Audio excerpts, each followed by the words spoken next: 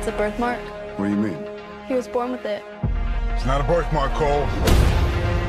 It means you've been chosen. Throughout history, different cultures all over the world reference a great tournament of champions.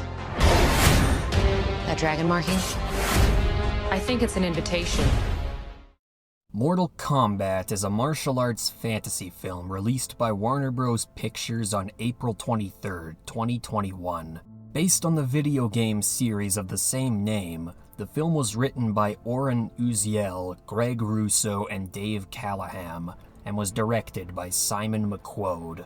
The film stars Louis Tan, Jessica McNamee, Josh Lawson, Joe Taslim, and Hiroyuki Sanada. Mortal Kombat is one of the most influential video game titles to ever be released, and with nearly 30 years, 11 mainline games, several spin-off projects, and the creation of the ESRB rating system to its name, its reputation is more than solidified in the minds of gamers. But with the AAA movie industry's rich and illustrious history of botching stories that they port from controller to screen, should we be nervous about this one? We've already seen 2 movies made under the Mortal Kombat title before, back when the video game series itself was still a relatively new property. But much has changed since 1997, and with it, so has the Mortal Kombat franchise. So now we have to ask once more, will this flick break the video game movie mold? Or is it destined to fall by the wayside like others who came before it? In this review, we enter the ring and test the might of the movie that seeks to become a champion for the joystick. Just as a warning to everyone here, there will be major spoilers ahead. If you wish to see this movie for yourself without knowing anything beforehand, please click off the video now. Now, without further ado, let's get into it. The story begins in Japan in 1617, where the order of ninjas known as the Shirai Ryu come under attack by rival clan, the Lin Kuei. The attack, led by a cryomancer known as Bihan, sees the entire Shirai Ryu slaughtered. Though Hanzo Hasashi fights valiantly against the Lin Kuei, he is felled by Bihan, but not before swearing revenge against him.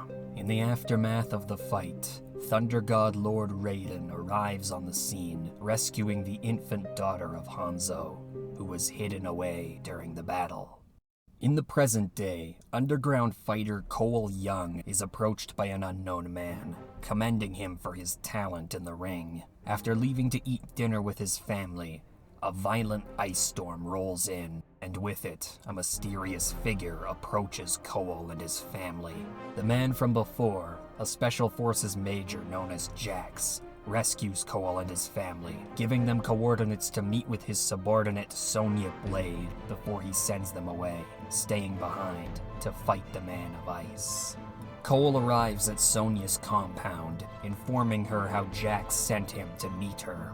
Sonya, whilst interrogating Black Market Kingpin Kano, explains that she and Jax had been researching strange phenomenon for years. They have come to the conclusion that the symbol imprinted on Cole's chest, which Jax also had, was a mark of a warrior chosen to participate in a mystical tournament known as Mortal Kombat. As they discuss, though, the group is attacked by a reptilian assassin sent by the forces of Outworld to kill them before the tournament could begin. Though Cole, Sonya, and Kano work together and successfully dispatch the assassin, Sonya's research is destroyed. Kano, claiming to know the location of the place they seek, arranges to take the group there if he is paid to do so. Sonya and Cole begrudgingly agree, and after a long and exhausting journey, the group encounter the Shaolin warrior Liu Kang, who brings them back to the Shaolin Temple. It is revealed that the Shaolin rescued Jax, and though he survived his fight with the Ice Ninja Bihan, who now goes by the title Sub-Zero, his arms were destroyed in the battle. While Jax recovers and adapts to his new metallic prosthetics, the other warriors begin to train for the impending tournament. The training process is grueling and intense, as Liu Kang and his fellow Shaolin Kung Lao try to prepare the warriors for the tournament. A tournament that, if mankind were to lose, would allow the forces of Outworld to invade, claiming Earth as their own. Though the fighters train hard, few are able to unlock their arcana, otherwise known as the dormant power within every fighter that allows them to use special abilities in battle. Outworld ruler and sorcerer Shang Tsung storms the Shaolin Temple, intending to wipe out the fighters in one fell swoop. But Raiden intervenes, creating a barrier with his staff that prevents Shang Tsung and his warriors from proceeding. Now, with the threat more present than ever, Cole realizes he is unequipped to go against the forces before him, especially since he has been unable to tap into his arcana.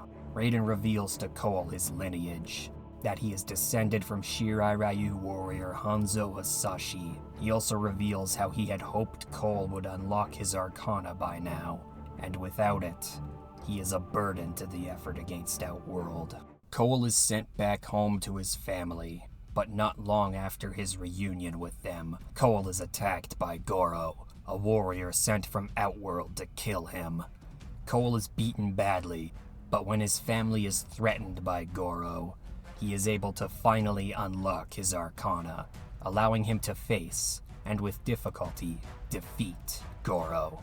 Cole returns to Raiden's temple, only to find it besieged by Shang Tsung and his forces, who were allowed into the temple after Kano betrayed the group. Kung Lao steps in to assist Cole as the rest of the group evacuates.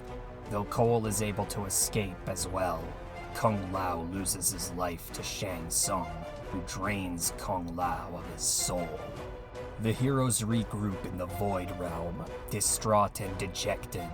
Cole, however, insists that they cannot give up, that they must stand and fight for Earth. The group, spirits now lifting, conjure a plan where they separate Shang Tsung's lieutenants, with each of Earth's fighters facing one of Outworld's.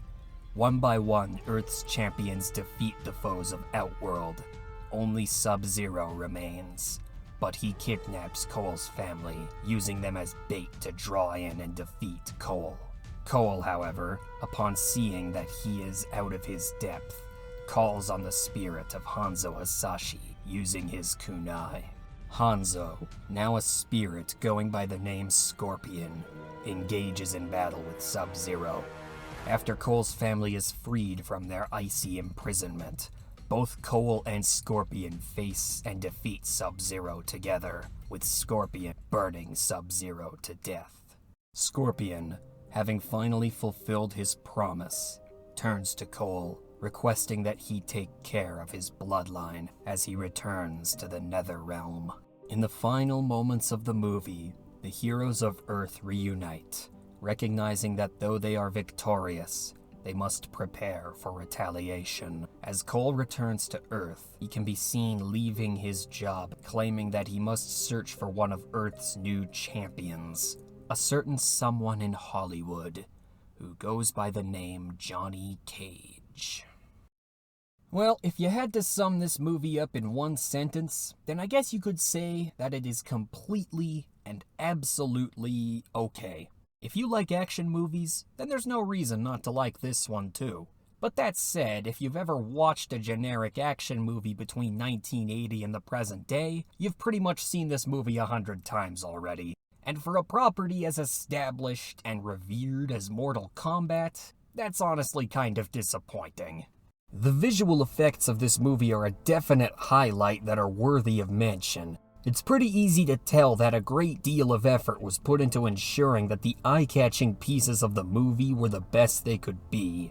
From the vast and sweeping visuals like Sub-Zero's ice storms and Liu Kang's flaming dragon, to the character designs for CGI characters like Reptile and Goro, and the attention to detail in smaller elements like the design for Jax's mechanical arms, Kung Lao's hat tosses, and Kano's laser eye. The visual effects do an incredible job at grabbing you by the arm and pulling you into the chaotic world of Mortal Kombat.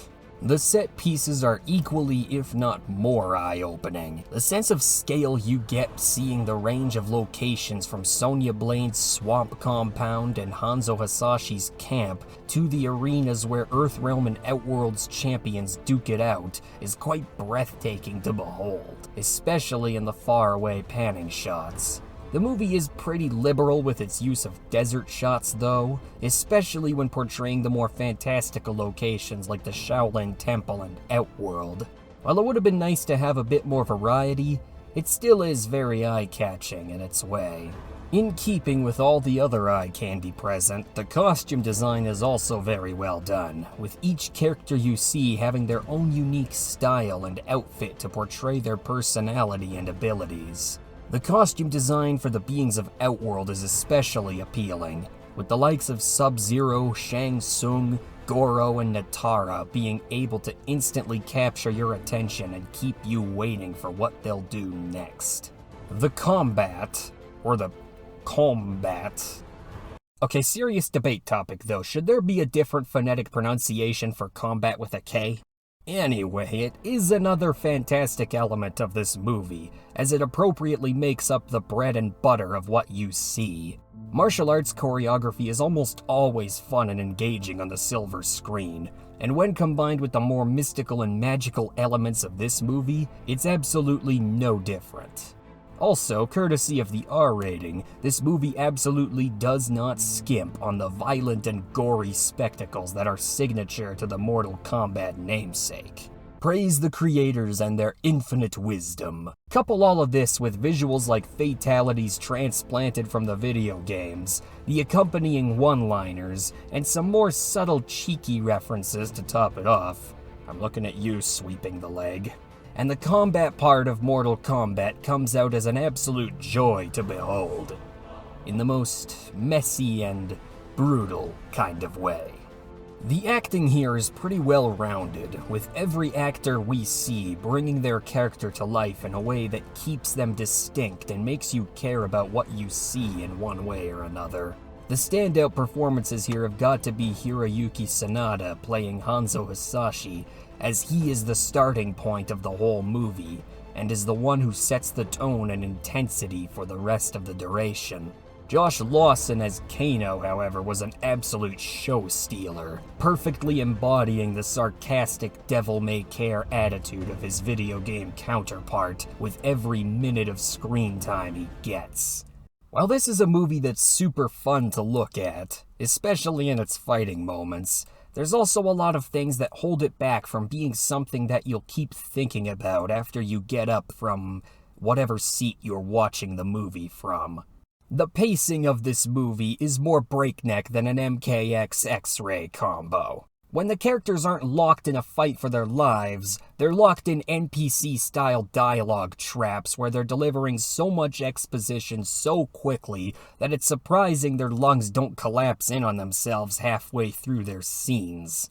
The scenes are also cut together just as, if not more quickly, injecting so much world building and fan service into every possible second that it feels like the movie can barely even keep up with itself. The dialogue, courtesy of the overuse of world building and fan service moments, ends up coming out of the wash pretty bland and stiff. While the actors, as said before, do a good job with what they have, it's pretty clear to see that what they have isn't that much. The relationships and dynamics between characters, such as the camaraderie between Liu Kang and Kung Lao, and the rivalry between Sonya and Kano, among many others, are all touched upon at best, and completely ignored at worst. Furthermore, the conflict between Scorpion and Sub-Zero, which is not only a major focal point of the games, but also this movie's marketing campaign, is so lightly touched upon to the point that it was almost completely pointless. This leads to a lot of missed opportunities for world building that could have taken a decent movie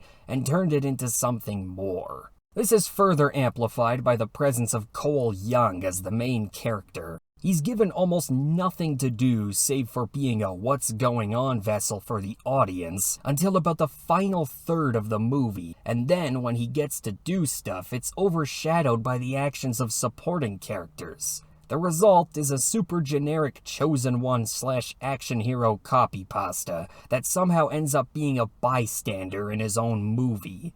Also, the movie is based on the Mortal Kombat tournament, yet it proceeds to never even have a Mortal Kombat tournament. Oh well, there's always the sequel, I guess. The last big thing to talk about, and depending on who you are is either the best or worst part of this movie, is the fan service. Being based on a pre-existing IP, it's pretty much inevitable that moments of fan service will appear, and you better believe this movie does not disappoint in that field. Some of the moments are implemented in pretty fun or clever ways, and will take fans on a pleasant, or in some cases traumatizing, trip down memory lane, while other moments are so on the nose and in the open that the characters might as well be winking into the camera. Depending who you are, these moments will either make or break the movie, but rest assured, they are there for your viewing experience. The final rating for this test of might is 6.5 out of 10. While it certainly honors the legacy of its source material through its visual work, fight sequences, soundtrack, and referential material, it's held back from being something more because of its overstuffed story and choppy pacing. Though it isn't a perfect movie, it's still by all means a very fun and engaging martial arts action experience, and it effortlessly sets itself up for more exciting adventures to come. At least that's assuming this movie commits to making a sequel, and commits to making a sequel that is not Silent Hill Revelation. Someday, we'll have to venture to the bottom of the barrel to bask in that glory. That's all we've got for today. Thanks for stopping by. If you feel it's worth the while, consider liking, sharing, or subscribing. And if there's a movie you want to see reviewed, leave your suggestions down in the comments. Also, if you're feeling especially generous, consider following me on Twitter @Untrained for updates and other nonsense. There's plenty more to come, so if you care enough to return for it, then I'll see you when I see you.